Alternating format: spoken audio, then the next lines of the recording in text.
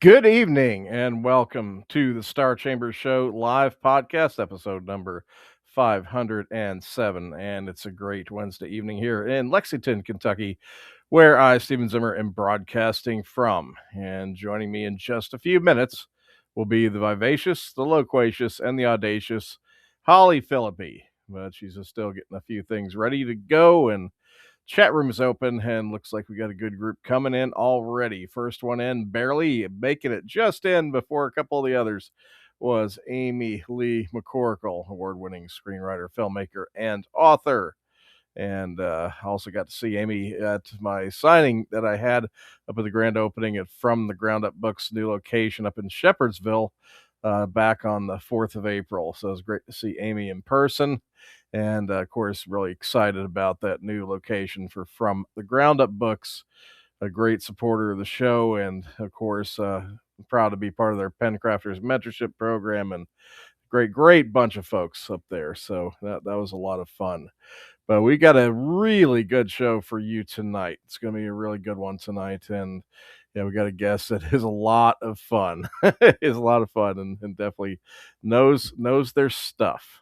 Definitely in the area of historical fiction and thrillers. And that's coming up here in just a few minutes. But first, of course, we are affiliated with the Imaginarium Convention. So we will give you all the latest updates and notes and good stuff that's happened the last week with Imaginarium. It's busy as always. And as it tends to be, it ratchets up even a little bit more as it gets to about 3 months out. So keep spreading the word, folks. We will be putting out a call for those that are willing to take postcards and bookmarks for upcoming spring and early summer events, because we're going to be printing up a big wave of those. So look out for those posts pretty soon. And down to just a couple of awards banquet dinner tickets left. Be sure to reserve those as soon as you can. They're about gone, so make sure that if you want the dinner service, because this is going to be our best awards ceremony yet, with the largest number of awards, and we also have some amazing live entertainment coming at you this year. So pick those up so we can round that out, and earlier than ever, I might add as well. So yeah, definitely looking, things are definitely heading toward a big year here, a big year for sure. And it looks like the chat room is hopping already. So yeah, definitely wanted to give shout outs to Amanda. Carol Preflatish is in there. DL Hearn, Moon, yes, Moon is in there. And of course, it's Vamp Chat with Dan and Eva.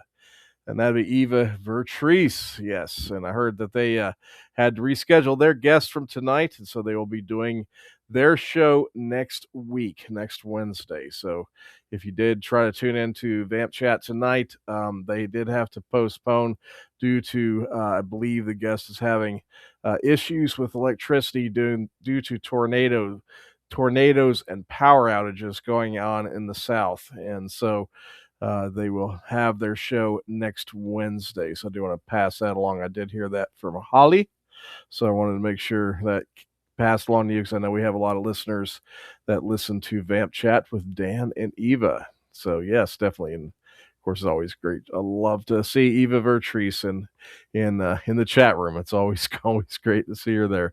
And we'll be taking, of course, comments and questions from all of you.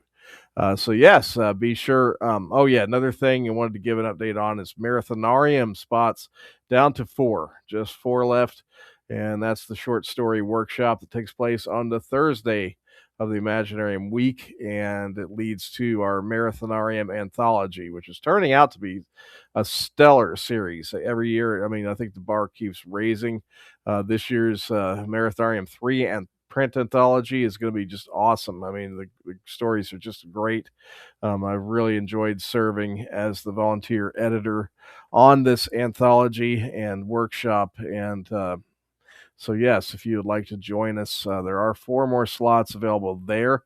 And then until June 1st, just be aware that you can turn in stories if you are a registered attendee for the Arlen Andrews Sr. Science Fiction and Fantasy Short Story Challenge.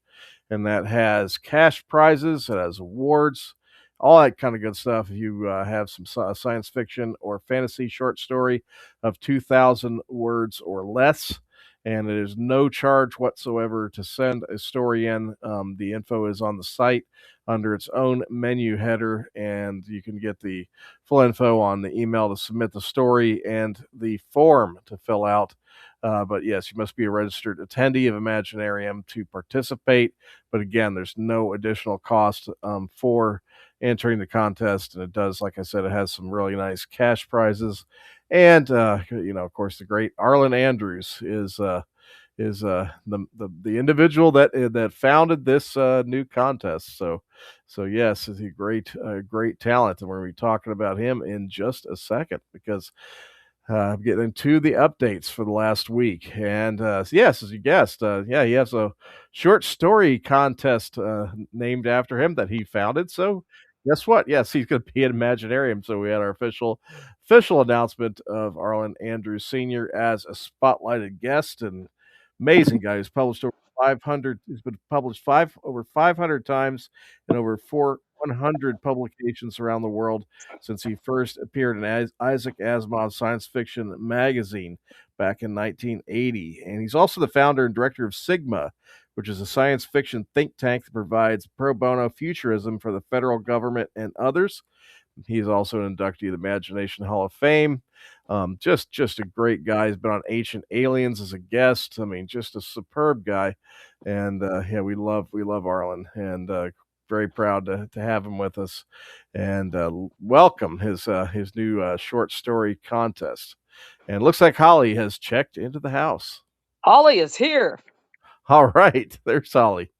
We're just going over some of the updates. Holly, catch you up real quick, and we just introduced Arlen and gone over a few of the things that were dwindling low on availability, like Marathon REM and of course the awards banquet dinner tickets and all that good stuff. But Guys, we have so much going on this year. It's a lot, insane. a lot. So much in the works that we can't even talk about yet that are in the works Yep, that are more either going to stuff be. coming. More Yeah, stuff we worked coming. on some stuff earlier. We had a meeting, I'm just saying, and it's going to be great. So, yeah, I mean, we just got so much. And yeah, we'll get it out to the public as soon as we can so we can spread the word. Yep, it's gonna be awesome. And Yeah. yeah, we just had a Zoom call today. As a matter of fact, it's something that's absolutely phenomenal that's coming into Imaginarium this year for the first time, and definitely going to be something I think that will grow for years to come. But you just wait on that because we can't just yet talk about it publicly. It is official, but we got to wait to get all of our ducks in a row as far as the how to present it, and it's going to be a great addition to Imaginarium. So yeah, just hold on to that. And also in the last week, we did add a little bit of new programming, and not a lot added this week officially, but we do have two new workshops and a new panel. We added on the panel side creative writing through grief and trauma. And this panel explores how to navigate the writing process during times of grief and trauma, and how storytelling can help as a path towards healing and resilience. I think that's something that a lot of writers can relate to, and certainly, yeah, my own Raiden Valkyrie character came out of a time when I was going through a lot of grief, and my Raiden Valkyrie Heart of a Lion book came out of a time of grief and helped me through that period. So, yeah, this is one that I can definitely relate to. That's a good one. And then we got two workshops: self editing like a pro, and that's from R.C. Reed as the presenter. And this goes through a lot of techniques and goes through the types of basic mistakes and issues that writers sometimes make in terms of going through their manuscripts to get them all polished up for editors or publishers. And so this is definitely definitely a good workshop for any type of writer. And then we also have from Tim Bischoff. He will be the presenter on this one, The Writer's Guide to the Apocalypse, Building the Ultimate Bug Out Bag. This will And be this so is going to fun. be yeah, this is gonna be a good one. This is whether you're writing about the end of the world or want to be ready for a real life scenario. Knowing how to pack a bug out bag is a critical skill, and so this is going to be a deep dive and it's hands on, and going to skip the movie tropes and focus on what actually keeps you alive when every And he second will counts. be bringing, he's bringing his bug out bag. He's going to but put out everything so people can hold it, look at it, check it out, tell you where to buy it, tell you what to look into, and like demographically. Because I wouldn't even think about this till earlier. I was looking into things. If you live in Arizona, obviously it's a drier climate. You're going to probably need more water, right? Or more water. So you're going to need more things to create fresh water. Kentucky, we have a ton of fresh springs, fresh streams, but you still Mhm. need something to purify the water. But yeah, like blizzard conditions, you need different things. You need more things to keep you warm, more, you know, it depends on your demographic also. So I hadn't even thought about that until I was looking up stuff. Yeah, that's gonna be a fun Yeah. workshop. I'm And hoping I if can you're get writing, on that. you know, Yep. if you're writing anything about, post apocalyptic or a dystopian world, or, I mean, yeah, have seeing it hands on and being interactive with someone who's very knowledgeable on the subject is, imperative. Yep, definitely. And so, yes, this is going to be both practical and for good for your writing. So, a dual purpose workshop, folks. And Tim is fantastic. So, yeah, you definitely want to catch that if you can.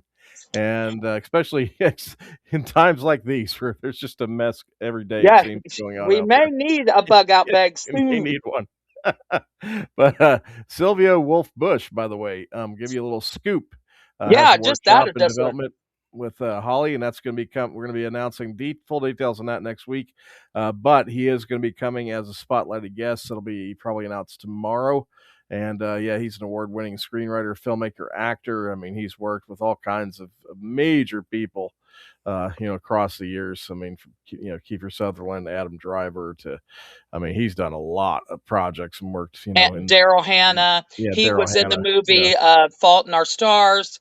yeah, a lot of Yeah, cool so stuff. very cool Yeah, stuff.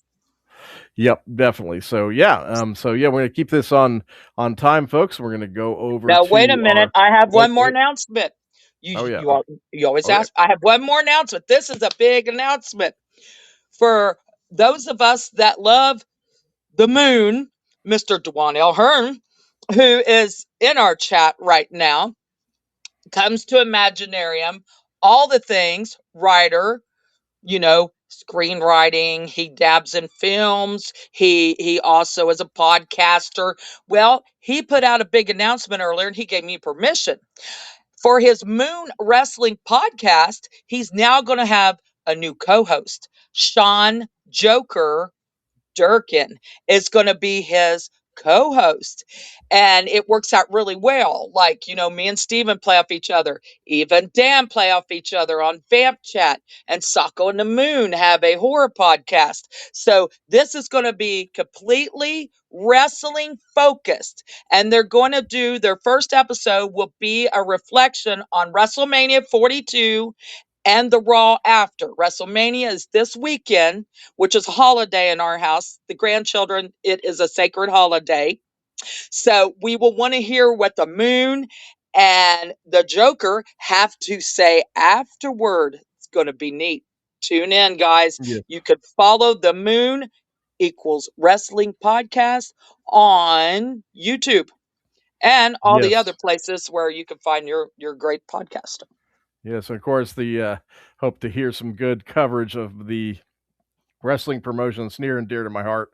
That's AEW, of course, and I know it's not AEW week, but I love AEW, and Will Ospreay is my favorite wrestler of all. So yeah, definitely hope to hear some cool stuff on AEW from this new tandem on Moon's podcast. This is awesome. So It'll be very we are cool. going.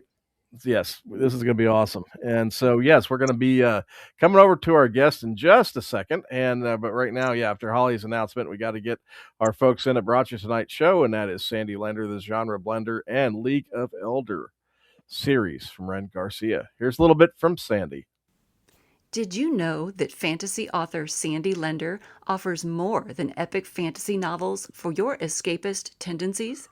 Oh, my friends, Sandy's imagination can take you to all kinds of crazy or satirically vampiric or horrifying places. She even has soothing poetry to ease you through periods of grief. Visit AuthorSandyLender.com to choose the exact adventure you need today. Thank you, Sandy. She is awesome. And of course, follow her, Sandy Says Read channel on YouTube. And now we're going to go over to Ren Garcia from League of Elder with the famous question. Here we go.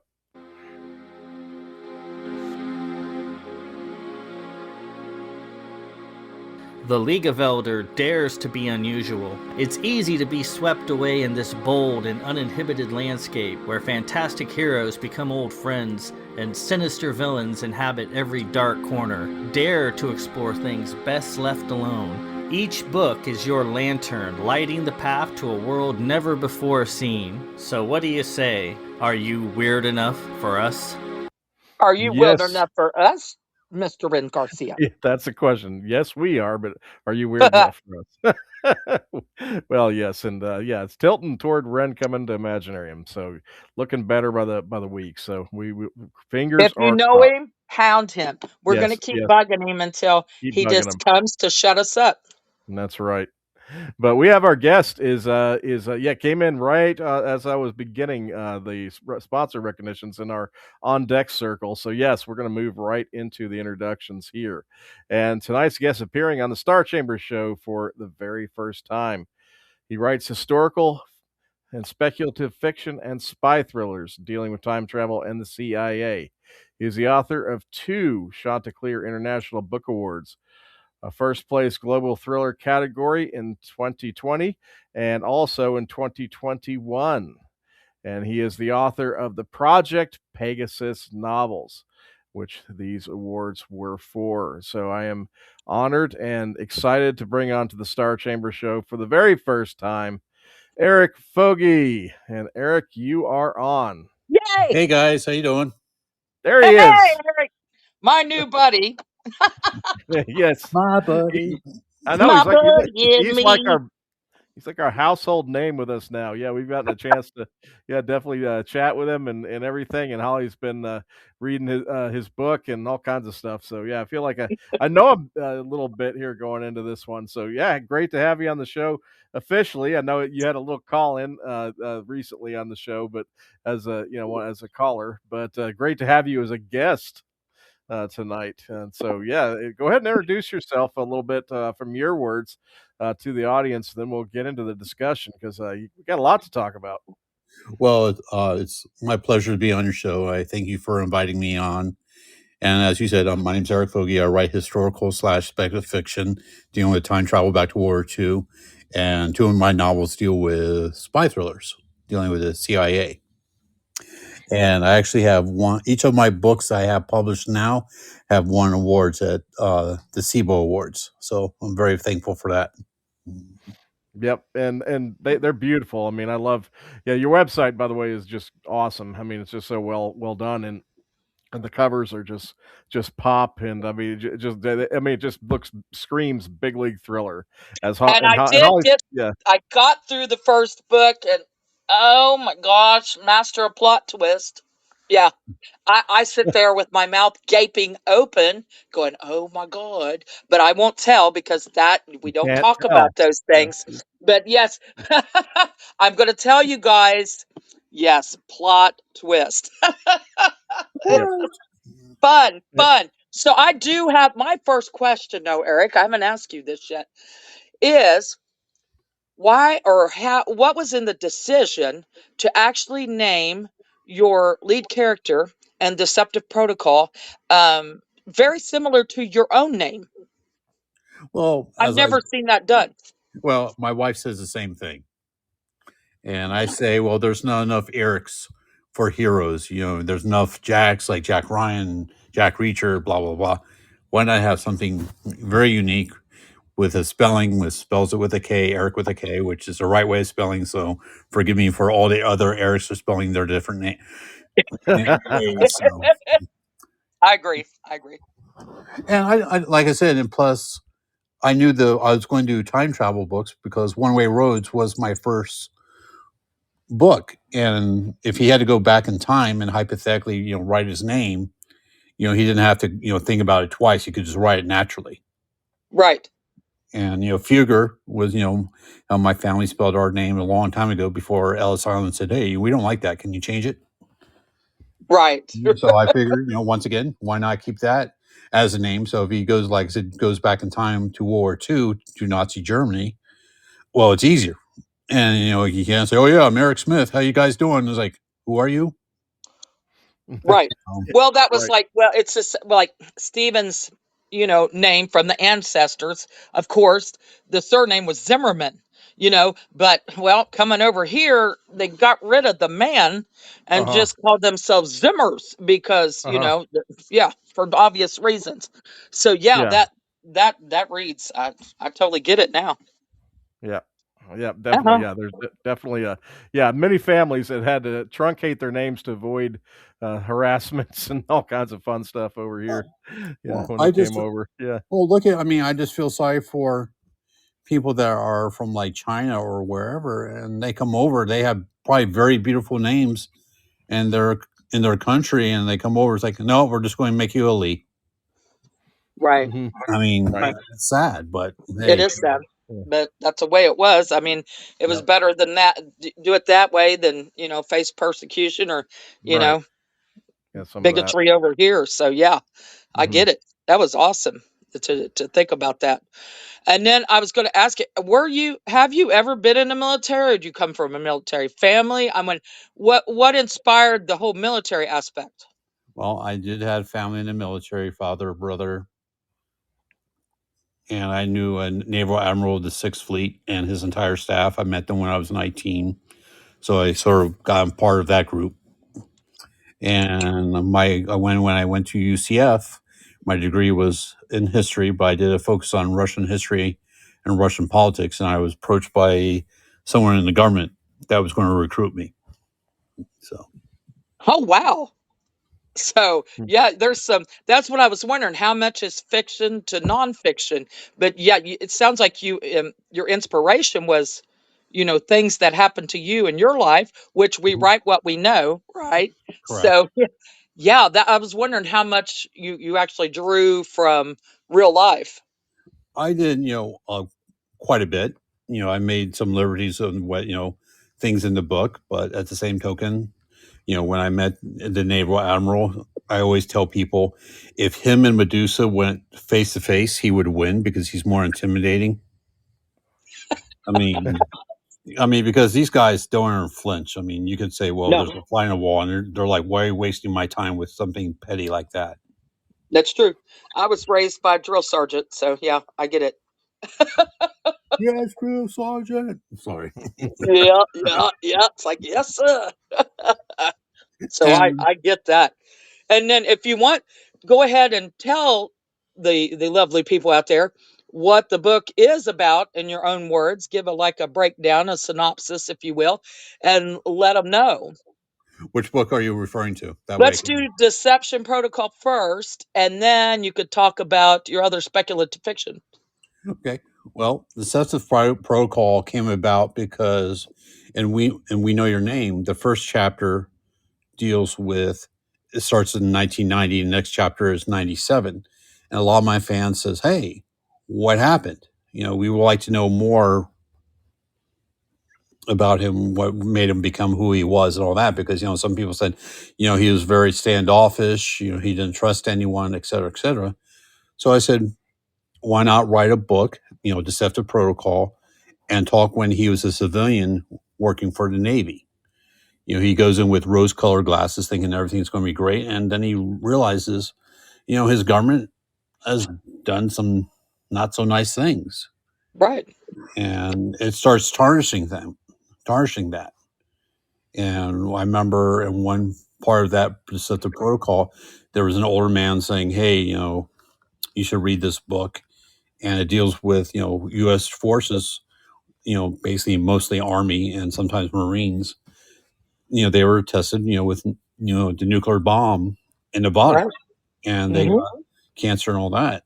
And that actually comes from a true story because I remember I met an older guy and he smoked cigarettes like no tomorrow.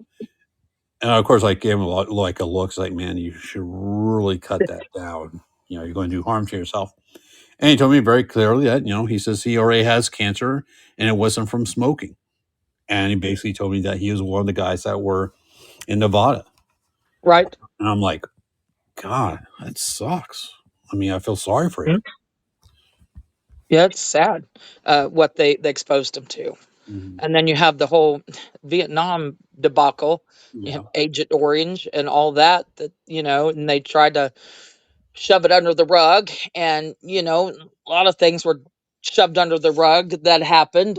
And it's Mhm. come out since forth. I mean, we found out a lot. But yeah, the, our Well, I government's also not innocent. well, I also mentioned Project Rainbow, and people will know that as the Philadelphia experiment. Oh, yeah. And I always, people, and of course, the Navy says, "Well, it never happened. We didn't have the technology back then." But they said they didn't have the technology, but at the same time, we said the same thing about the atomic bomb. So it's really hard to believe. You don't know if it's true or not. And the reason I think it's somewhat believable or it could have happened is because I remember I asked the Fleet Master Chief of the Sixth Fleet, and I said him very nicely. I said, "Can you elaborate on Project Rainbow?" Of Hmm. course, his look was like, "What the hell are you talking about?" And so, Wow. and so I said, "Well, I heard blah blah blah." He said, "Well, it never happened. It's just imaginary, Yeah. fictitious, just rumors." And I said, "Okay." So, we're both clarified. It's just a rumor. It never happened. So, in your words, what could you say? What happened in the rumor? There you And he go. looked at me very firmly. Says, "Never ask me that fucking again." Oh, I'm like, he, okay, fair enough. And my argument is, I mean, I ended the conversation there, but at the same token, I said, this is weird. You said it didn't happen, but but yeah, you're basically saying, shut up, don't right. ever talk about this again, which is really weird.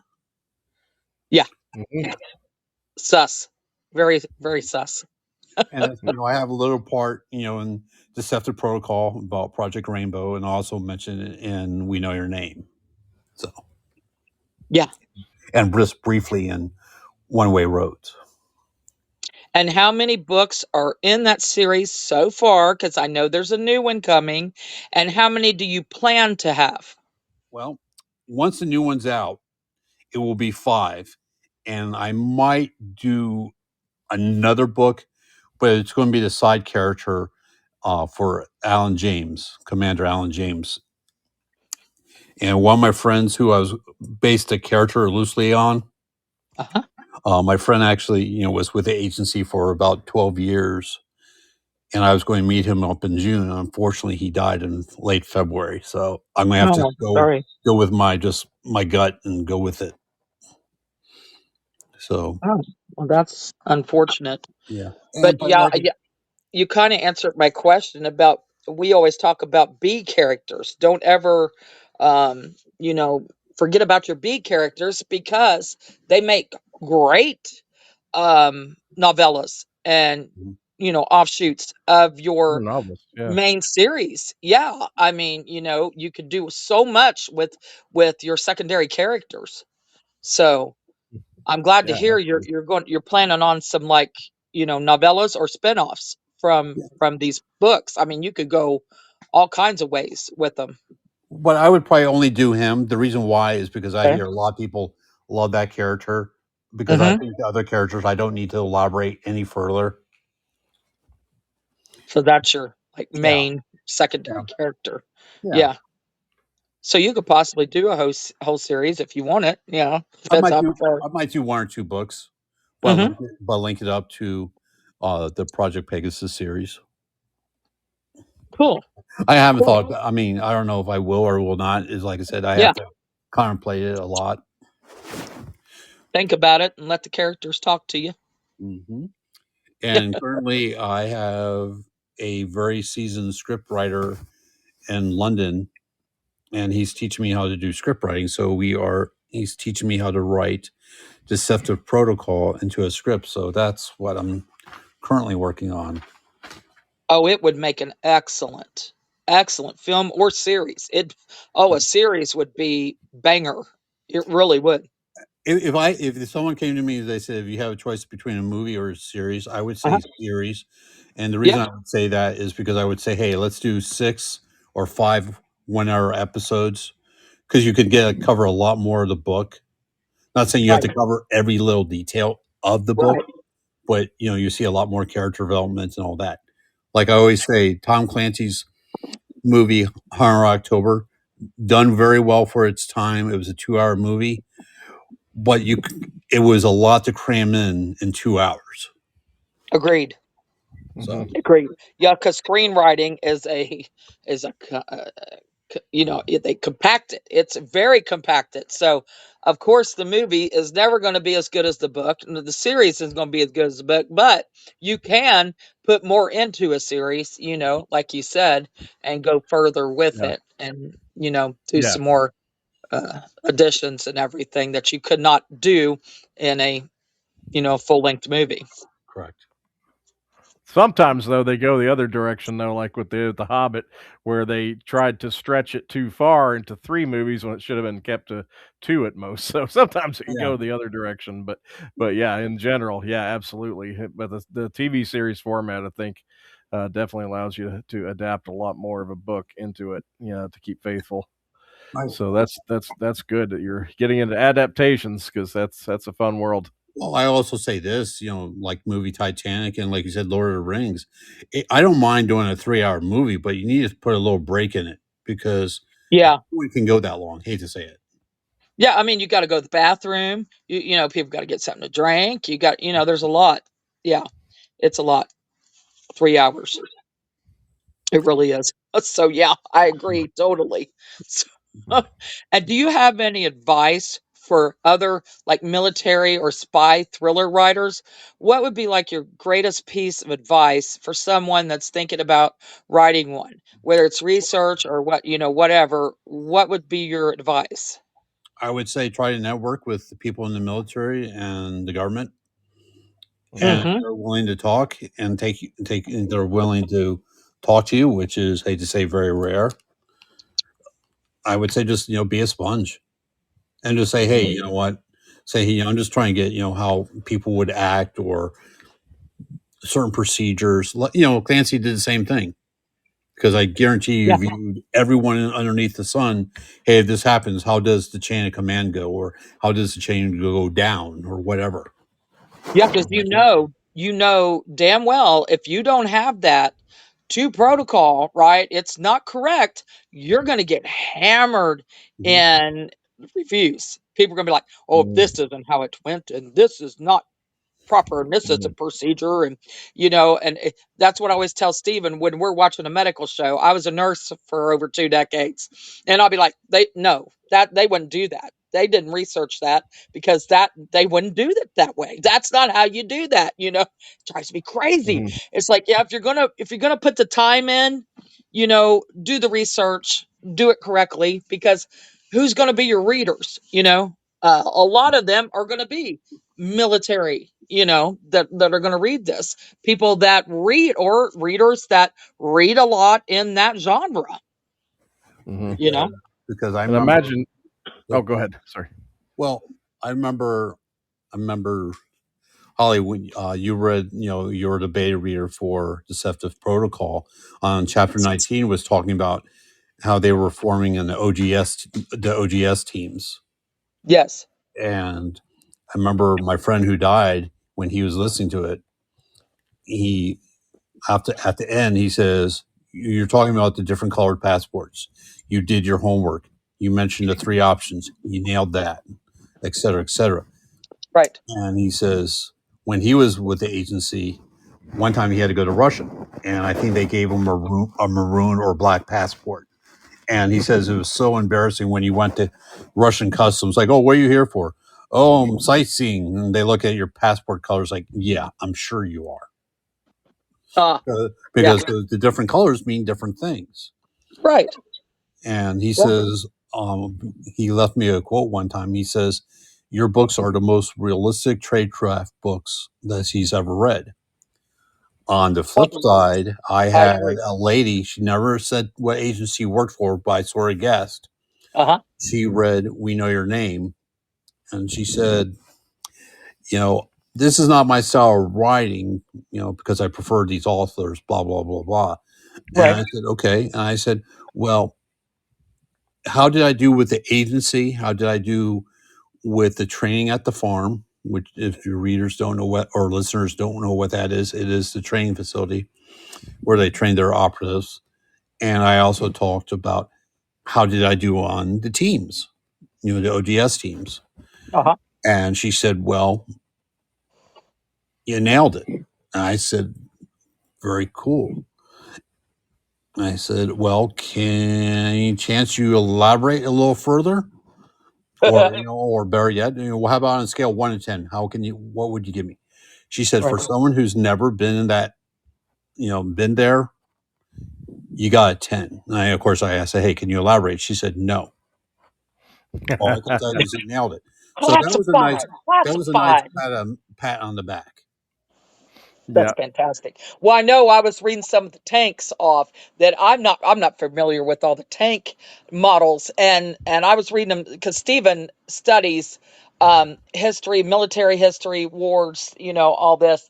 And so I'm like rattling these tank models off, and he's like, "Oh yeah, wow, that one does this." He knew exactly what they were, and I'm like, Yeah. cool. I was like, Yeah, that's Eric fun. doing Yeah. research.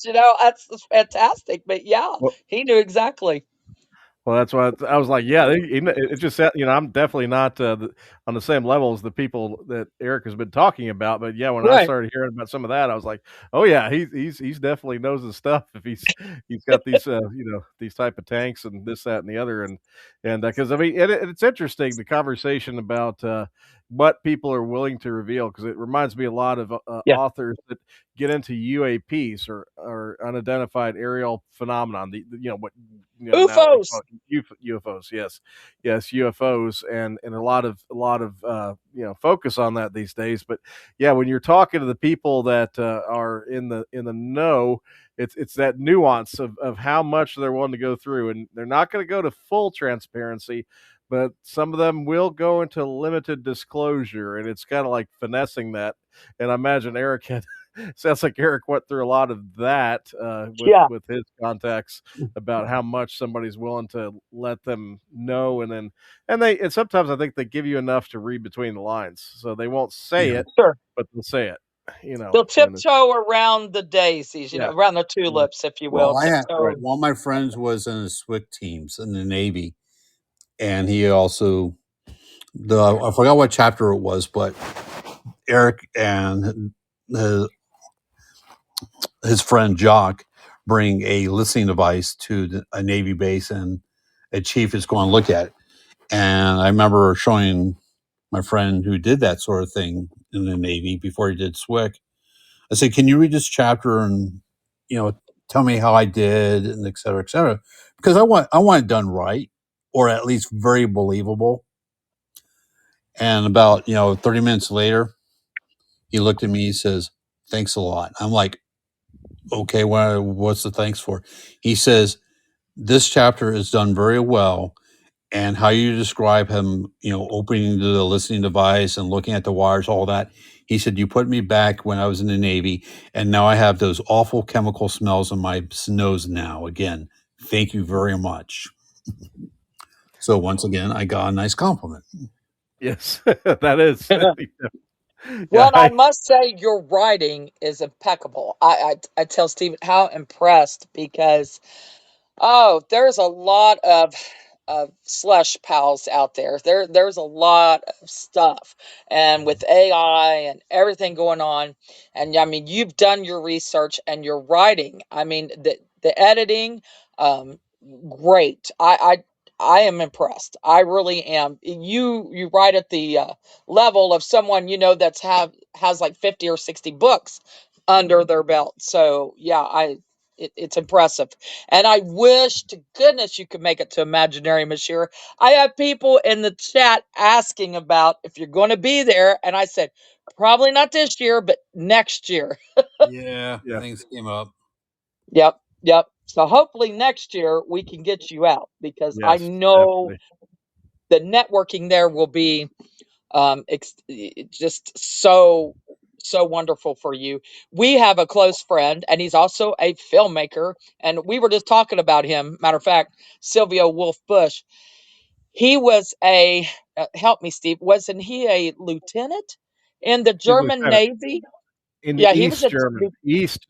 So East he was German. there toward the end of the period when East and Yes. West separate So still, he got to and see yeah, got to some see the shit, changeover. and Yeah, he he will grew up. talk to you. Yeah, he'll talk to you because he grew up Oh with yeah. minders. Because of course, the Yep. East Germans, of course, had people watching you at all times, and and he'll tell you the story. He had one of his best friends found out later he was actually essentially a spy, keeping an eye Yep. on him. Keeping an eye on him, Yeah, thinking he was a yeah, spy, and Sylvia wasn't yeah, a spy. And then he but found out, and he felt betrayed. He felt, because this was his best friend, right? So mhm. I keep telling Silvio he needs to write the book. But yeah, I mean, he will talk about it. Yeah, He will he'll sit talk about down his and old days in the Soviet yeah, Union, absolutely, and then yeah, and he has some interesting stories where they had to disarm ordnance that was in the Baltic Sea, and stuff left over, I guess, from World War II even, and yeah, talk about some harrowing stuff, yeah, but yeah, he's got some pretty amazing stories to tell. We'll have to introduce you to him as yeah. We well. definitely have to introduce you to. I actually have Definitely. a border guard uniform that was the East German tunic in my closet. Nice. Nice. Yeah, he'll love to hear about that. Yeah, for Oh yeah. sure. Yeah, He can talk yeah, all night about that. Yeah. He yeah, likes to talk about. he's very glad to be here in America, though. Yeah, he Yes, described he is he's just very pro he's America now. yeah, he's Yeah. told us about life in under the Soviet Union, Yeah, and and he yeah, said you do not want to live. you just do not want to live That was like that. no. But yeah, he's got a lot of cool stories. But yeah, he'll be there this summer. But he comes every year, so you'll get to Oh meet yeah. him in 2027. But we'll definitely hook you up with him before then because I think he's got a lot of cool stories for you. And he's so Yeah. techie minded like you are too on the technical aspects. I mean, he does just his Oh yeah, he research knows the looks like firearms. He yeah teaches tactile yeah firearm training and all that. That's what tactical firearm yeah, training. the Yeah, tactical. tactical. Yeah. Mhm. Yeah. Yeah. Really good guy. But yeah, but that's just another example of yeah technical stuff for sure. But yeah, so how have I mean I imagine with your the kind of readers you get. I mean the feedback has got to be interesting because you got some people that are going to be just really fused to a lot of the technical aspects and the military aspects and that side of it, and then you've got others that are just going to be immersed in the story side. How's it been on the feedback side since then? Beyond Well, this, like few you mentioned. like I said, two people that work for the government, that read the spy thrillers said I nailed it. So that made me feel really good, especially when they said someone who's never been there, you did a great job, on a scale 1 to 10 and 10. So that made Yeah, me feel really good. And like I tell people for my time travel novels, I try to make them believable. I don't say, oh, by the way, the Third Reich has TIE fighters. I was like, what? No. But, but what makes I would say, my time travel novels unique is there's moral dilemmas in it.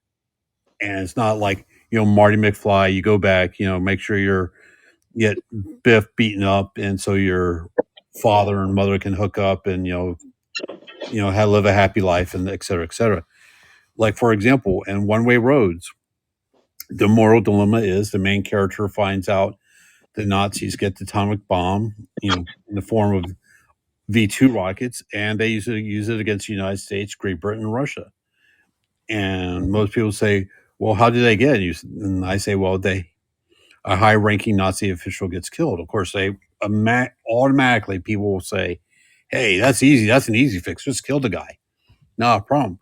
And I say, "Well, here's the catch: the person you have to save to prevent that is Hitler." Haha. I mean, so you're like, "Oh, what?" I know my publisher, Deeds Publishing, Bob. He's the owner of the publishing house, and I remember when he called me up, he said, "What the hell were you thinking about that?" And I told him very nicely, "Hey, so many books and movies. You kill Hitler, everything goes back to normal. War ends, flowers bloom, and everyone eats ice cream. But what happens if it goes south? No one Right. thinks of that. As Mhm. I always say, if you look at Cuba and the 1960s, everyone says, why didn't we kill? Of course we tried to kill Castro, but why didn't we kill him? Well, I say this: it's better to know the enemy that we know now than the enemy we don't. Because That's it. when we took out Castro, then you got someone, totally delusional and crazy, and said, you know what, we're going to get these missiles and just launch them anyway. Right. Right. I mean, I'm Mhm. not trying to be Know political, thy enemy. Keep them close. and I'm not trying to be political now. I know Hmm. the president says, oh, Iran's going to have a nuclear weapon, this and that, and he says, Hmm. there was so many times, presidents said they would have done it, this and that. But I also say this: Hmm. there must have been a reason why we didn't take out Iran or invade it, or et cetera, et cetera. Because once Hmm. again, in my opinion, it's better to know the enemy that we have now than the enemy we don't. Mhm. Because now they Yeah, say, I never looked at it that way. I never thought about that, but you are 100% correct because you Yeah. don't know who's going to come in power after that. Yeah, it could be And worse. yeah, Yeah, it could it be could be worse. much You worse, know? and they could be completely unhinged, and you don't know how to deal with them. You have no rapport with them whatsoever. Mhm. As I Mhm. said, Yeah. like I think they say it's, I don't know the guy's name, but I'll just say they said it was his son, now ruling Iran. Well, you really messed up his country, and they say he's a little more radical than his father. So Uh-huh. that makes me a little unease. Mhm. So, I mean, Yeah, Yeah, because yeah, then we have to wait, see how it all plays out. You know? yeah, Yeah. and there's new variables that enter the Oh, conversation definitely, in the long definitely. run, and things that reverberate a lot longer than the current situation as far as what it sets in motion, across other countries. So, mhm, definitely, yeah, it's a big picture. So yeah, it definitely gives you something to think about, though. Yeah, and yeah, I Mhm. think that's a interesting approach to the World War II context for sure. Yeah, you Yeah. bring up a Hmm. good point there because I mean, it was a variable, right? I yeah. Hmm. mean, yeah. What if we would have lost? What would have happened? And turn that on its head. And yeah, just like now. So I that's what's so great about being an author. You can do a retrospect and really look into things Yeah. and flip it on its head because we always hear the same old stories, right? Played out, same old narrative. But it's fun when you flip out on its head, and do something totally fresh, totally new, something, you know, totally different. And then Hmm. people would open, they're like, "Oh, I never thought about it that way." Yeah, and it makes for good storytelling. And that's what the end goal is. Well, what I found kind of shocking, Horizons Without Boundaries and Between Methods and Madness were published, I think, 2 years ago. And in the book between Horizons Without Boundaries, I said in 2012, World War III is about to happen because Israel is about to launch a strike in Iran. I mentioned several cities why they want to attack it, nuclear targets or wherever, da da da. And the funny thing is, I remember when the news came on when Israel attacked Iran, some of the cities they mentioned were in my book. And I went, damn. Yeah. And Yeah. of course, and on how I came up with, I said, this was caused because of an event that happened in 1940. And I said, well, someone wanted to change the outcome of the Battle of Britain. They wanted the Germans to win. Of course, Yeah. everyone will look at me and say, who in the hell would want that to happen?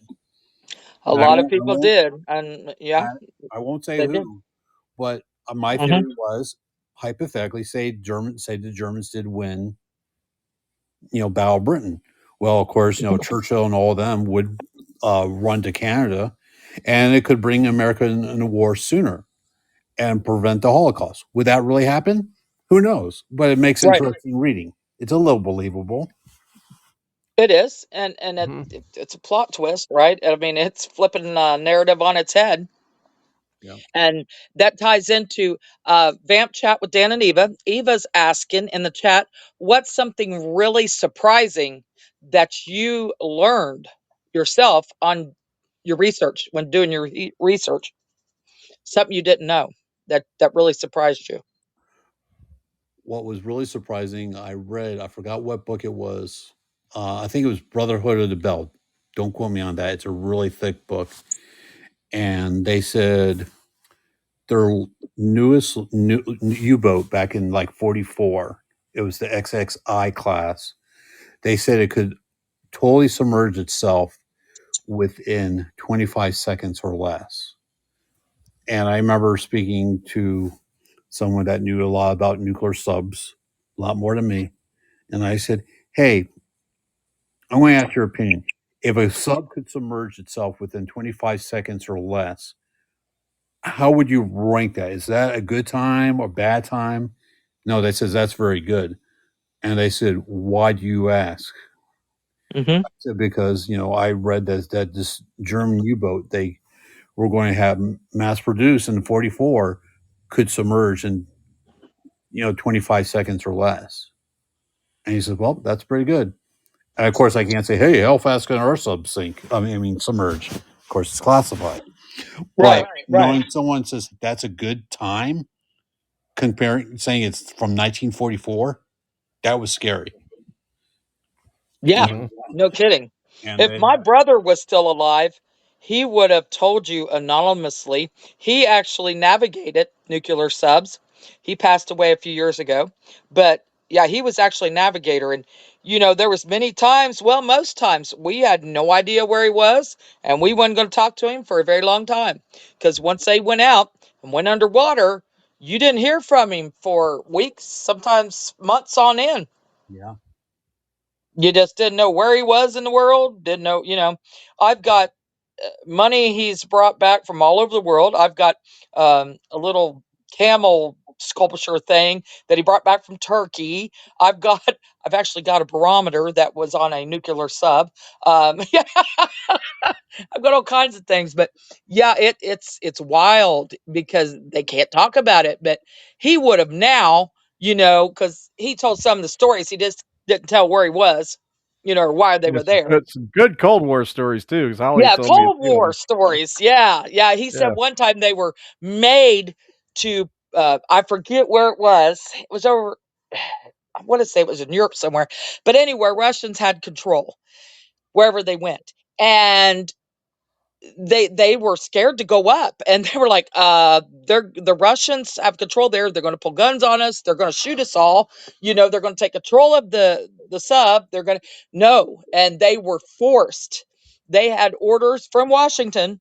They were forced to dock, and when they docked, Russians boarded with guns in their faces, made them all get off the sub, and they did a walkthrough and everything.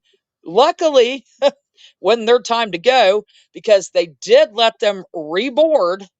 They just held guns on them out on the dock, but they did let all of our guys reboard and leave. But they Yeah, made them how turn around much stu and how much of that stuff happens that, yeah, we never all hear the about. time, I mean, all all the the time. time. It does, and, incidents, like, that Yeah. come within And a they hair were of. probably Yeah, snapping pictures and they were writing down stuff. And they were because they made everybody vacate yeah. the sub, right? So, they were taking info down, but they could have shot them all, but they didn't. They did let That's them what reboard. that'd be But what, the '70s, Holly? '70s? yeah, yeah, that Yeah, was the 70s. Yeah, late 70s. yeah, sometime in there. Yeah, So, yeah. but yeah, but I'm sure there's incidents that happen all the time that would make you real nervous, that Yeah, would come oh, to the my brother brink of. said that, and Yeah, they about shit their pants because he said they thought they were gonna die and just get yeah. pushed in the water. But Mhm. yeah, and it does. It happens all the time. And thank God for our boys.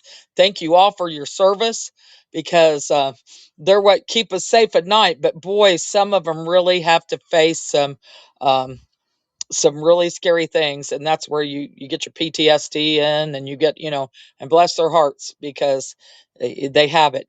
And Erik, I do like that you show in your book series about the civilian aspect, because people don't take that into consideration. They don't think about it, but there are a lot of civilians that aren't in service in the military that actually work for the military. Yeah.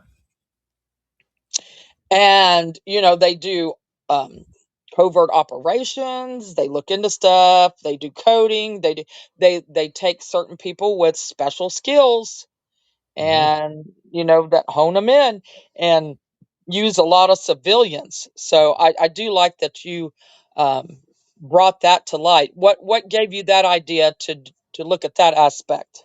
Well, like I said, when people ask me, why should deceptive protocol and maybe we know your name into movies, I always say you always see the end result of the spy or the operative. Like, for example, True Lies, you see Harry Tasker blowing up stuff, swimming, flying a jet or whatever he does.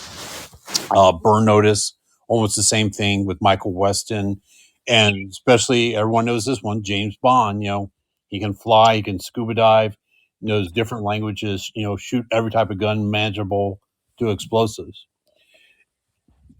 I always said, wouldn't it be neat to see how basically a nobody becomes, involved with, the intelligence community, with the Navy, then with the CIA, et cetera, et cetera. Because there's one part in We Know Your Name, Eric's boss says, how do you feel when you come to work today? And my character says, well, I feel very unappreciated. And of course, the guy wants him to expand. He says, I never went to an Ivy League school.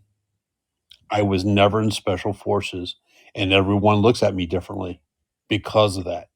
Right. And I have to work just as hard or harder than everyone else to show why I belong here. And I knew if I got in with an agency, say when I was a senior in college, I went to UCF, say I got in, I guarantee you I would get the same looks like, why the hell are you here? Because once again, a lot of those people in those careers are special forces or they go to Ivy League schools and they think everyone else that has not gone to their level of school, is nothing. Right. They don't think you're up to their grade, Yeah. up to their level. And I figured, that would be the best way. That's why I wanted the main character, one, to be like a sort of outsider, but he's very resourceful and smart.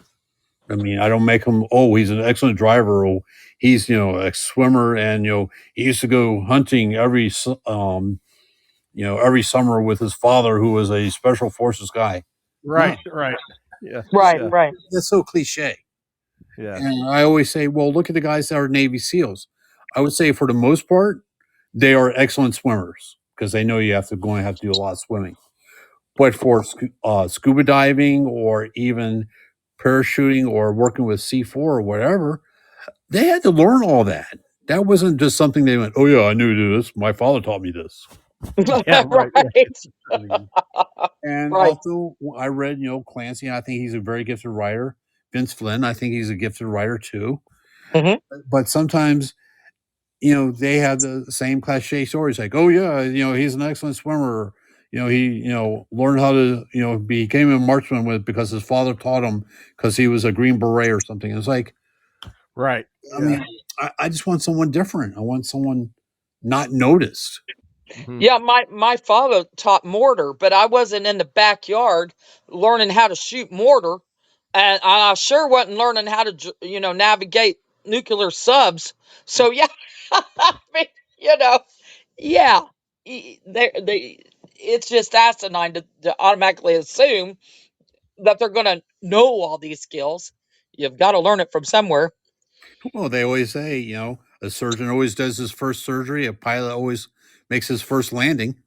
Mhm. You don't hear the captain go on board and say, hey, guys, just want to let you know I got out of school today. It was my third time up the jet, and the captain says I want to land today. So hold on tight. Or you have a surgeon come and say, "How you doing? Oh, we're doing open heart surgery. Don't worry, you got nothing to cover. I read plenty of textbooks, so you should be fine. Don't worry." I watched a few shows. It's all right. I watched Hey, ER. I watched the pit. Don't worry, I got this handled. Yeah, I watched The Pit. Yeah. Unless it's the guy from in the Alien movie or series that we watched. What was it, Resident Alien? Where the alien would watch YouTube videos really quick, assimilate it immediately, and then do a perfect like medical procedure on the person. It's Yeah. that was It's like, no. I say, yeah, I'm a nurse. I know better. I'm like, no, no, no. I wouldn't even attempt heart surgery, you know. And the tidbit, I read about a doctor earlier. I forget where he was from. I told Steven he's in trouble for 2 deaths now. But the latest, this dude took out someone's liver Oh yeah, I heard instead of their spleen and killed them. And I'm like, I told Steven the difference and appearance of a spleen to a liver, and I'm like, heck, I'm not a surgeon by any means, but I know what was the spleen and what is the liver, So I'm like, I don't know. This guy right. must have, watched The Pit and decided, yeah, I'm gonna be a surgeon. Yeah, like I always say, you don't want to hear a surgeon or a pilot say, "Oops." yeah. Yeah, yeah, that would suck. Yeah. So what are you reading now? What is in your read pal? Oh, I'm actually writing like I said, besides doing the script for Deceptive You're Protocol. writing, but what? Tell me what you're writing, but also tell me what you're reading. Well, it's a history books about the Versailles Treaty Okay, because the book that I'm writing now, that's the part I'm on. So, okay. Well, tell us about. You've got a new book coming out, so I mhm. want to hear about that, and then tell us about the book you're working on. Well, Deceptive Protocol is coming out in June or July. Yay! I'm excited about that. So, I already when I went to the Tucson Book Festival, I had one guy bought all 4 of my books. He says, "Hey, do you remember me?" I'm like, "No." And he says, "Oh, I bought all 4 of your books, and I really loved them." I'm like, "Hey, thanks a lot, man." He says, "Where's your new book?" I'm like, well, shit. Come on, give me a break. It's coming out June or Oh yeah, July. they want more, more, more, more. Yeah." And I still remember I had another guy at another book festival, older gentleman.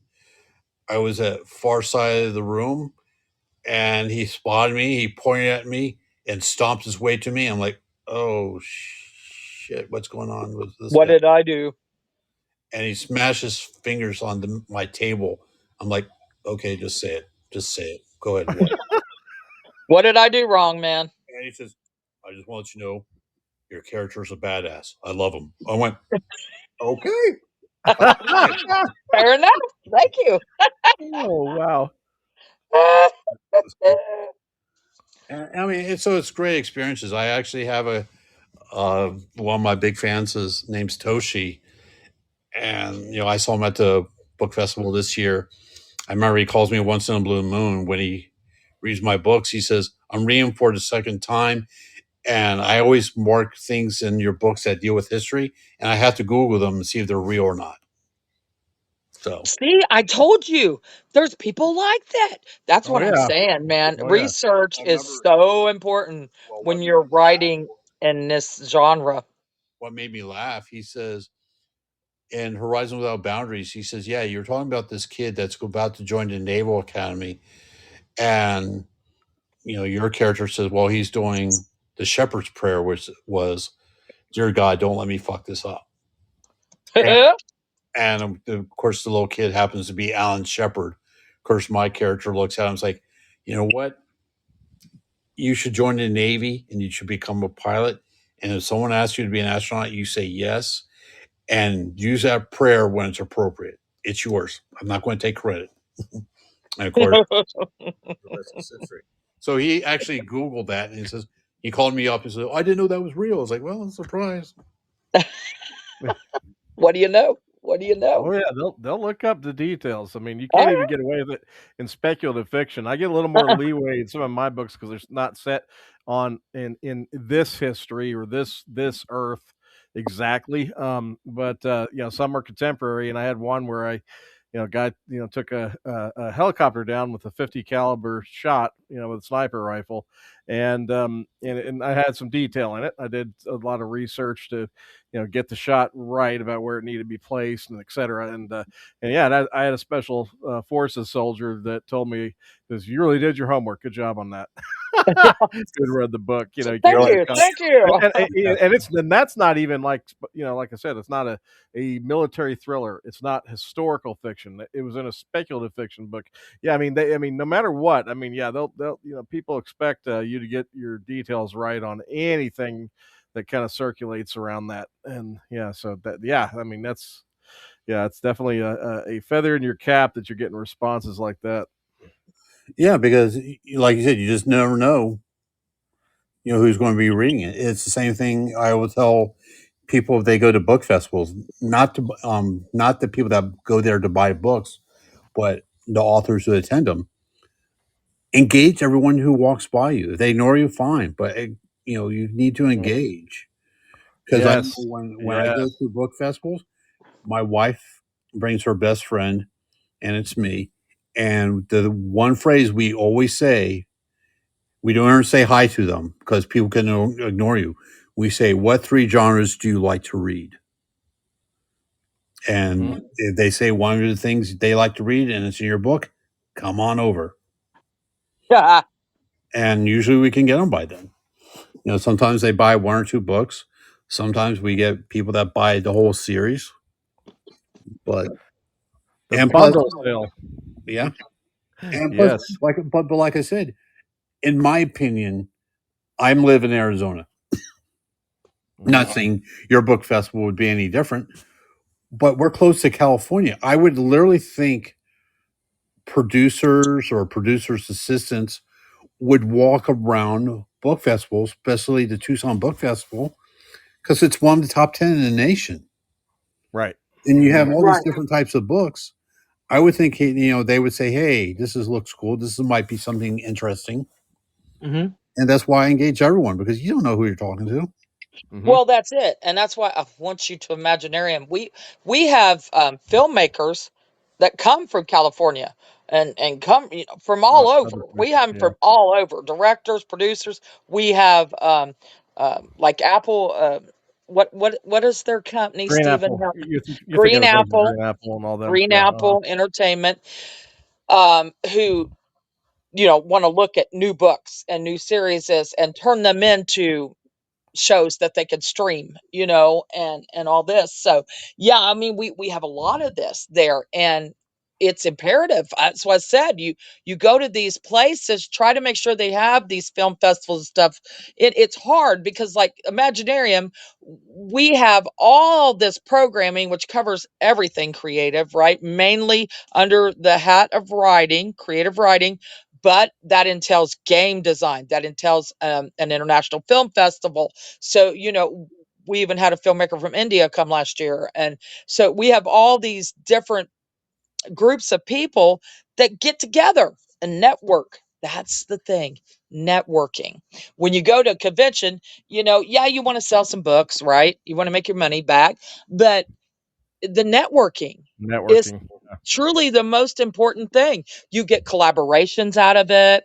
You get, one person may know somebody that would be perfect for producing a film based on your Yeah. book, or a director, they may know them personally. Yeah, you just don't know, like you said, who you're talking to and who Well, they do know.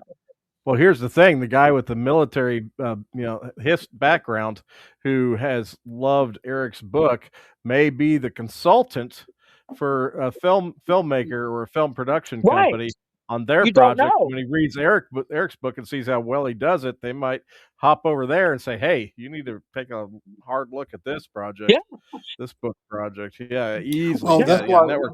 Yeah. But that's what I'm trying to do. I'm want versus the whole series. What I'm trying to do is promote the spy thrillers because spy thrillers are cheaper to make. Uh-huh. Because if you can get someone interested in that and they do well, you can get them hooked on for the time travel ones. Mm-hmm. Exactly. You get them on for one, then they love it. They're going to go through your whole inventory. Yeah. They're going to go down the whole list. So that's the thing. You Well, hook them with that one, and then you're good to go. well, and you were asking me earlier on, what advice do I give for beginning writers or whatever? Yeah, I say one, have thick skin, yeah, and if you're going with a hybrid publisher like I did, which means in English, they'll do the formatting, they'll help you design the cover, do the hmm I's and B's, et cetera, et cetera. hmm Make sure you do your research with Yeah. the, the company, Mm-hmm. Amen, because there's some amen. bad We talk about that often because Yes. we are publishers too, and we take care of the editing, we take care of the cover art, we take care of all that with the author being totally involved, right? And having say over their cover. Where like if you go with the bigger, like Simon and Schuster, or you go with, the bigger companies, they mainly have control of your cover, not so much you. They might ask for input, but they're going to put whatever they want on it. And we are not like that. When you go with independent No. presses, you have more of a say in, Yeah. your cover art and all that. So it just depends on what you're looking for: self-publishing, traditional publishing, or like small press, independent publishing. There's pros and cons to each, but yeah, I think it's very important for you to keep your say. It's the same way with film, like, and that's my advice to you, Eric, is to make sure if someone is looking to produce a series um, with you on your thrillers here, um, make sure you retain some level of control. You need control of some Mm-hmm. at some level, Well, that's why because what happens is they run with it. They'll they'll Yeah. work it. It'll get worked over, and then Yeah. soon enough, it's not even your story to begin with. that's why I would say, if someone came to me and say, "Hey, we'd like to do a series or a movie for your books," what I would do is, like I said, "Hey, I want to be part." I'm not saying I'm going to write the script, but I'd be like to be part of the writing team that it does the script. Right. So one, I get Counsel. credit, and Yeah. two, hey, I know what parts I can literally cut out in this book and make it better. Mm-hmm. Right. And Yeah, and make you it could still tell. make sense and still flow, and still have the character development. That's what I did praise you on, is the character development. You have great character development and relatable characters. And that means a lot to people. You want Oh, it characters that does. people can relate to. So you want to be able to be on that set, like the writer that does the manga for One Piece, the Netflix series. It's of course a big anime, has an anime series, but they're doing live action on Netflix. But I'm with but it. that but the writer of that manga, I mean, he is very involved, and you could tell that Yes. he has a deal with them where he is definitely in the mix on everything Creative team. to Yep. protect his work.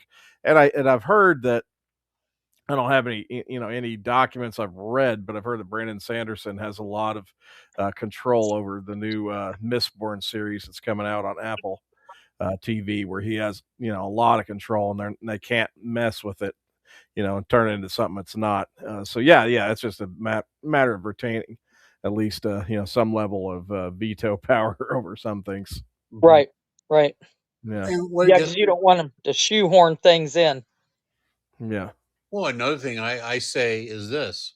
I know, but some producers say, "Well, you need to have at least 30 to 50,000 books sold." Well, Eh, I hate to not. Someone says, "Oh, why didn't you get an agent?" Well, I tried, and no one wanted to bite. right. mhm, I'm not saying I'm a lousy writer, but no No, you're one, not. no one wanted to give me a chance. And I always say this story. Well, we all know George Lucas. His first movie, TH 1138, was a biggest flop. That was his Yeah. Yep. master's Mhm. or Yeah. his film thesis, and it flopped. And then he did, was it, what was the second film? I'm trying to remember. If you got, Stephen. Oh boy. You would- but it dealt with the '60s, and this and that, and it did quite well, made him a little money. But when he presented Star Wars, everyone American looked at him Graffiti. saying, American American Graffiti. Graffiti. American Graffiti. Yeah. Everyone looked at him and say, "What is this Star Wars crap? This is Yeah, a they didn't. They didn't like it. sci-fi western." They laughed, Yeah. Yeah. Mm-hmm. and that's why I get upset with some producers like, "Well, you're nobody." Well, so was Lucas. So was Lucas. Yeah. So was many Yeah. people. Most people. Oh my God. We can go to 50 Shades of Grey. The writing was atrocious, but by Yeah. God, it made good films. Made a Well, ton of money, right? So, Harry Potter, the first Harry Potter book was rejected by what, a how many times? dozen, Yeah. at least a dozen publishing houses And she's before being laughing all the way to accepted. the bank. He's a Yeah. billionaire now. Yeah. And No. obviously that series continues to, I mean, they got a new version coming out now, on I think what, Netflix Yeah, also. so the thing is Mhm. persistence. Don't give up. And if it ain't the right time now, don't mean it won't be in a year or two, right? Read the Mhm. room. You just Mhm. got to keep trying because somebody will eventually look at it and say, "Hey, this is a gem." You Mhm. know? We need we need to do something with this. Well, that's why I say in my first two books, once the new one's out, that's how I would tell them. It's like, how many movies are out there saying how I'm going to say the word spy. I'm going to use that very loosely. How does a nobody become a spy? You never Mhm. hear that story. I always say, Right. in my opinion, it would be a really neat movie to say how double O, James Bond became a 007. Of course, we saw a brief clip of it in Casino Royale. They said, he shoots two guys and he says, "Oh, it takes two kills to be a double O." And you hear M later on says, "Oh, I knew it was too soon to promote you." Well, I want to say a backstory when he was a junior or senior at Oxford. I'm not saying if you make him all debonair and knew how to shoot and smoke and everything else in between, there's no learning curve. Mhm. Right. I guarantee you, Bond, guess what? He screwed up a couple times when he was Well, very yeah, young. So Mhm. nobody's perfect. yeah, so that would be a neat story to see how he became who he is. Yep. Yeah. And that's why I say my books, sh- you know, would make a good movie or TV show on the streaming services, not on the networks, because the networks won't never do anything like that. But Right. Yeah. I think it would be a very neat story. How, like I said, nobody A becoming. nobody. Yeah. Well, That's the okay. sometimes the failures forge the character. They learn their biggest lessons, or it makes some sort of impact on them that definitely becomes a part of their fabric going forward. Well, and And that's how humans yeah, learn, right? We mhm, learn from our mistakes, Mhm. yep, and Well, they biggest don't lesson. always show those. And yeah, it needs to be shown because that's how we learn as human beings. Hmm. well, I mean, you read the Sets of Protocol like I said as a beta reader, and if you remember one part, he's being chased by two seasoned operatives that knew how to drive. I mean, he's driving to see his pants. He doesn't know what he's doing. Right. And that makes it, I mean, if I said, "Oh yeah, he's an expert driver and this and that," I would lose all credibility with him being who he is. Yeah, yeah. If they come out of the box too slick, too perfect, yeah, it loses. Yeah, your suspension of disbelief just goes out the window.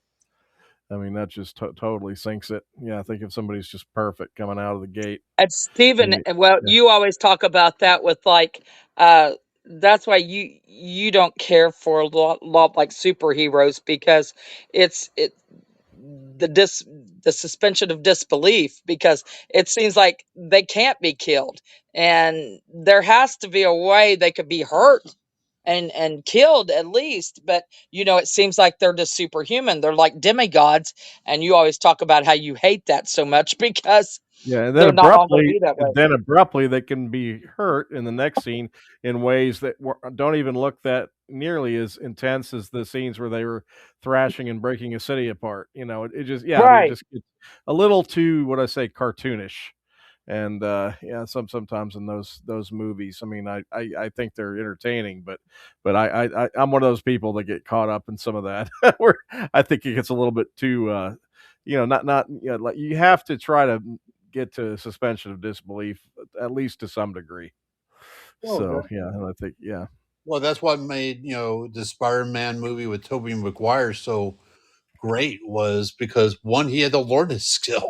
It was not automatically, oh yeah, yeah, I know how to do this. Right. yeah, Because Right. I remember critics said when they heard that Tobey Maguire was going to be the main character as Peter Parker, they're like, what? Why? And Stan Lee and other people were saying, have you read the comic books? He's not a football player. He's basically a nerd. Yeah. I mean, so Yeah. he just by accident he got bit by a spider, and this happened. There we go. right, yeah. And Mm-hmm. yeah, if they show a good path, like I think the first movie with Joaquin Phoenix is the Joker, not the second. I was very disappointed with the second one, but I'm not gonna get into that. But the first one, I mean, really shows the ground for how he became the Joker, and I thought that was a really It made you interesting. sympathetic. Yeah, it's Yeah. an interesting character study for sure, and it set the stage nicely for how he turned into what he was later. And I appreciate those movies most of all in that area. But or like when you said, like when something like that with Peter Parker's story that tells it that way. That's yeah, that I Well, gravitate and it towards it. makes your, Yeah, like I said, it makes your characters more relatable. yeah, Relatable. People can yeah, relate. You And very know. yeah. believable. Hmm. Yeah. Yeah, absolutely, absolutely. But so where are you off to? Okay, so give us a picture of your appearances and such, or anything else you would like to promote that's coming up here in 2026. Well, just deceptive protocol, and like I said, yeah, if people want to follow me or message me on social media, I have Facebook and I do have Instagram. It's first name is Erik, last name is Foge. You can say, "Hey, you read your book," or if you're reading one of the books and you say, "I got a question," feel free to drop a message. Or if you want to do a lengthy email, you can go to my website and write me an email, and I will reply to you. Yes, because I know here we'll be having our at least a weekly phone call since we've almost established that here with you. And, and of course, we'll be discussing the new upgrade package they're doing to the T-72 tanks in the Russian military that they recently announced, and Yep. I'm sure we'll have all you know what I mean. But yeah, it'll be oh man, yeah, yeah. You are one interesting guy and definitely fun to talk to. But yeah, tonight has been a blast, and I'm glad we Yes. had you on the show, and I hope you've had a good time. I had a great time, and you can tell. I think Yeah, his name is Vamp. Yeah, you can just tell him to Yes. message me on yeah. Instagram or Facebook because I know he says, "Hey, blah." I forgot what he says. Yeah, that's Vamp Chat with Dan and Eva. That's a podcast, and that's our good Great, friend great Eva podcast. Vertris and Dan Klefstead. So Yes, when you have your first vampire spy in a book, you can then be on their show. you'll be set for that show. Then, Well, if I make spy a vampire, I think it would suck. I do. or or it might be fantastic. You never know until you try. That's right. It It- would not suck. Yes, at all. Yeah, yeah. I love It'll the bite more than fantastic. you can chew. Right. Love Oh man. Sorry. But thanks for it. joining us. No, you're great. No, that's a yeah. Trust me, our audience has heard me. Yeah, yeah. Be punning Ah, many Lord times. Stephen is Yeah, the king of puns. He loves puns. yeah. I Yeah. tried to restrain myself, but I couldn't. Can't do it all the time. I always But joke. I always joke with people. Say, you know what? I hate sarcastic people, and they're like, "Really?" And I said, "Yeah." And sometimes they believe it. It's like, okay. Well, you are oh, you are a ball of fun, and you we've are got to have you back when the new book's out. Don't be a stranger, of course. And Yeah, yeah, we got to get you out to Imaginarium. We got to figure out next year. We 2027. It must happen. 2027 is going to be Eric's debut at Imaginarium. That's Yes, right. we got to get you out. You're I'm going gonna to be, say, "Whoa, what?" I'm Yeah, gonna break my cherry. I'm gonna have to bring condoms. Yeah. that's right. That's right. Yeah, maybe Be prepared. maybe we could have him come in on a tank in the parking lot, make an entrance. That would be epic, right? Well, But Silvio knows a dude yeah, that owns a bunch of tanks tanks. because he did a Yeah. movie years ago that actually had authentic German tanks. So yeah, Yeah, largest assemblage. Believe it or not, Silvio put together the largest assemblage of working yeah, vintage German armor, even exceeding Private Ryan. That he crazy. brought for a kind of like a promo pilot thing where he shot like it was almost like a short film, but it's a proof of concept. But he actually Yeah, assembled, the a big collection of working German armor for that. It was crazy. yeah, Well, here I'll leave with this. Do you remember the movie Lord of War? yeah. Hmm. And Sure remember do. the tank scene? The guy says, "Hey, if you buy 10 tanks, I'll throw one in for free or whatever." I remember hearing the backstory. They said the they told the director or whoever. They said, "Well, you only have 24 hours, to film this, with these tanks." And they're like, Hmm. "Why?" He said, "Because they're sold." Because the guy they were speaking to was an arms dealer. That's great. So they were able to get all those tanks in a row. And Oh my God, so that's I thought great. that was neat. Yeah, and in Silvio's situation, yeah, there was a private collector that just had a Yep. large batch of actual German tanks and Awesome. armored vehicles, half track, and yeah, a bunch of stuff. Yeah, it was really cool. But yeah, we'll have to get you in touch with Silvio so he can show you that too. you, Definitely. But if you'd, you you'd guys, appreciate it. like I said, Imagineering, if you run to, producers or whoever, definitely give my information out because to me, it's all, like you said, networking. Oh yeah. It is. Like I said, that one day was so funny when we exchanged like 4 or 5 phone calls in rapid fire. But yeah, I'm sure we will be keeping in touch with you really well. Yeah, I'm Awesome. not worried about that. But I'll turn it over to Holly to wrap it up with you. But thank you so much for joining us tonight, Eric. You've been a blast. You're very welcome. My pleasure. Yeah. And give people your socials and your handles and your website info so they know exactly where to go and how to get a hold of you. Well, like I said, my website is erikfoge.com, which is spelled ERIKFOGE.com. And my social media on Instagram and Facebook, spelled the same way. Mm-hmm. So that's where you can Very reach good. me. Easy to find. And he will answer your questions. He will actually talk back to you. So that's He a will. plus. I can vouch. Yes. Gladly. Well, thank you, Eric. And thank you for being a great guest. And like I said, we'll talk soon. I know we will. And it was great meeting you. And it's great, yeah, Yeah. that for the future that we will see going forward. And yeah, we got to get you to Imaginarium next year. Quest Road for to 2027. Imaginarium 2027. It's your That's right. quest. No pressure. That's right. No pressure. Not at all. But yeah, thank you and have a great night. And You yeah, as I'm well. looking forward to the new book.